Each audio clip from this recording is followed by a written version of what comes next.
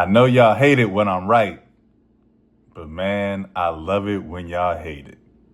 Because didn't I call it the Golden State Warriors lose? And not only do they lose in game 2, but they also lose Jimmy Butler, and the fan base is crying their eyes out. Warrior fans are claiming that Amen Thomas tackled Jimmy Butler out the air viciously, ignoring the fact that Draymond Green tripped Amen Thomas into Jimmy Butler, causing this injury. Without Jimmy Butler on the Warriors are cooked. Kevin Durant is not walking through those doors, people.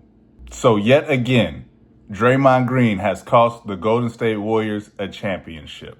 But because of the Jimmy Butler injury, we got to see Jonathan Kuminga finally touch the court in the NBA playoffs, and it did not help one iota. I think what's going to be the grossest thing about this whole situation is you will start to hear Warrior fans talking about what they would be able to do if Wiggins was still on the team. This will be the most hyped up return since Kevin Durant came back against the Toronto Raptors, only to injure himself completely. The Celtics somehow were able to trounce the Magic, so I'm just going to have to say it. The Magic have no chance to win this series or maybe even win a game. Porzingis got elbowed, came back, showed some grit as only a European that smokes a pack a day could. So congratulations to the Boston Celtics. I told y'all that the Heat and the Cavaliers series was a wash, and it is definitely turning out to be like that. 2 games left to go in this series before we can be done with this and put this to bed. Once this series is over, Pat Riley will ditch the slick back and start rocking a Guy Fieri spiked haircut. So I guess that's a win. Moving on to today's games, we have the Thunder versus the Grizzlies, and I think we all know how that's going to go. Ja debuted his new shoes in game 2 and got blown out by 25, so I think he should retire those shoes immediately. There's no need to advertise for his shoes where you get blown out by 51 points. It's just a disgusting look in every way. So one more game to go before Ja will be called to duty. In a game that I'm looking forward to watching, the New York Knicks versus the Detroit Pistons in the Little Caesars Arena.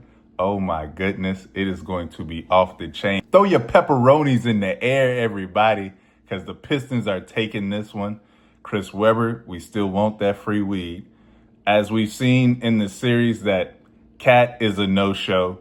Mikal Bridges is all right, and Jalen Brunson is a star, but it does not mesh well together. Maybe if they would have kept DiVincenzo, this would have been a better series. But the Pistons are just too much for the Knicks, which is sad because the Knicks and New York had so many high hopes going into the season after acquiring Cat. But the big bodega is looking more like the big baloney every game he plays. Y'all thought Julius Randle was bad, but at least his price tag was not as high. So Sada baby, have those packs ready because Detroit will be celebrating, going up 2-1 with a victory tonight. This Detroit Pistons win will be so decisive that Big Sean might release a song that no one will listen to. The win tonight might unify Detroit to the point that Eminem takes back D12.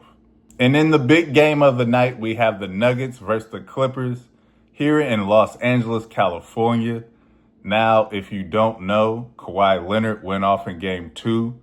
Jokic is looking frustrated with his teammates, and it appears that the Nuggets head coach doesn't know what he's doing.